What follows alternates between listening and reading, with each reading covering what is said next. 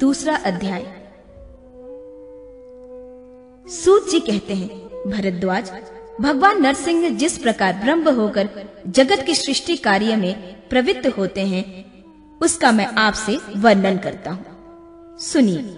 विद्वन, नारायण नाम से प्रसिद्ध लोक पितामह भगवान ब्रह्म नित्य सनातन पुरुष हैं, तथापि वे उत्पन्न हुए हैं ऐसे उपचार से कहा जाता है। उनके अपने प्रमाण से ही उनकी आयु 100 वर्ष की बताई जाती है। उस 100 वर्ष का नाम पर है। उनका आधा प्रधार्थ कहलाता है।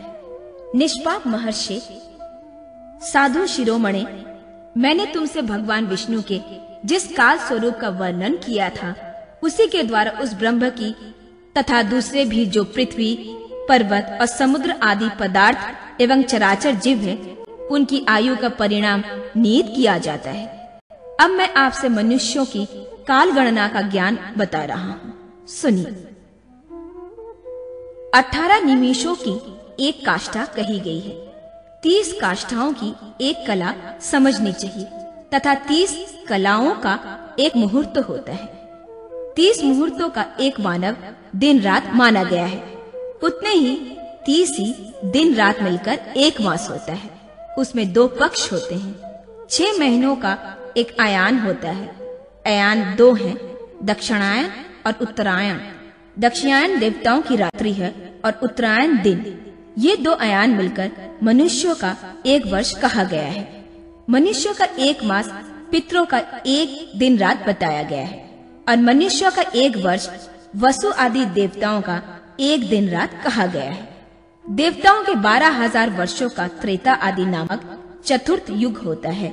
उसका विभाग आप लोग मुझसे समझ लें। पुराण तत्व वक्ताओं ने कृत आदि युगों का परिणाम क्रमशः 4, 3, 2 और 1000 दिव्य वर्ष बतलाया है। ब्राह्मण, प्रत्येक युग के पूर्व उतने ही 100 वर्ष की संध्या कही गई है और युग के पीछे उतने ही परिणाम वाले संध्यांश होते हैं। विप्र, संध्या और संध्यांश के बीच जो काल है, उसे सतयुग और त्रेता आदि नामों से प्रसिद्ध युग समझना चाहिए। सत्य युग, त्रेता, द्वापर और कली, ये 4 युग मिलकर चतुर्थ युग कहलाते हैं। द्विज, 1000 चतुर्थ युग मिलकर ब्रह्मा का 1 दिन होता है। ब्रह्मन, ब्रह्मा के 1 दिन में 14 मनु होते हैं। उनका कालकृति परिणाम सुनिए। सप्तऋषि, इंद्र, मनु और मनुपुत्र, ये पूर्व कल्प अनुसार एक ही समय उत्पन्न किए जाते हैं तथा उनका संहार भी एक ही साथ होता है। ब्रह्मन 71 चतुर्युग से कुछ अधिक काल का मानवंतर कहलाता है। यही मनु तथा इंद्रादि देवताओं का काल है। इस प्रकार दिव्य वर्ष गणना के अनुसार ये मानवंतर 8,52,000 वर्षों का समय कहा गया है। महामुने, द्विजवर, मानवीय वर्ष गणना के अनुसार पूरे 30,67,20,000 वर्षों का काल का मानवंतर का परिणाम है, इससे अधिक नहीं।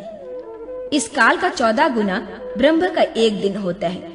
ब्रह्म जी ने विश्व सृष्टि के आदि काल से प्रसन्न मन से देवताओं तथा पितरों की सृष्टि करके गंधर्व, राक्षस, यक्ष, पिशाच, गुहाक, ऋषि, विद्याधर, मनुष्य, पशु, पक्षी, स्थावर, वृक्ष, पर्वत आदि, पिपीलिका, चींटी, सांपों की रचना की है।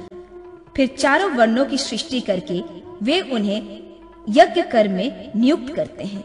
तत्पश्चात दिन बिताने पर वे अविनाशी प्रभु त्रिभुवन का उपसंहार करके दिन ही बराबर परिणाम वाली रात्रि में शेषनाग की सैया पर सोते हैं। उस रात्रि के बीतने पर ब्रह्म नामक विख्यात महाकल्प हुआ, जिनमें भगवान का मत्स्य अवतार समुद्र मंथन हुआ। उस ब्रह्म कल्प के समान ही तीसरा वराह कल्प हुआ। उसमें ही भगवत वसुंधरा पृथ्वी का उद्धार करने के लिए साक्षात भगवान विष्णु ने प्रसन्नता पूर्वक वराह रूप धारण किया। उस समय महर्षिगण उनकी स्तुति करते थे। स्थलचर और आकाशचरी जीवों के द्वारा उनकी यथार्थी को जान लेना नितांत असंभव है। वे आदि देव भगवान विष्णु समस्त प्रजाओं की सृष्टि कर न्यामातिक प्रलय से सबका संहार करके शयन करते हैं।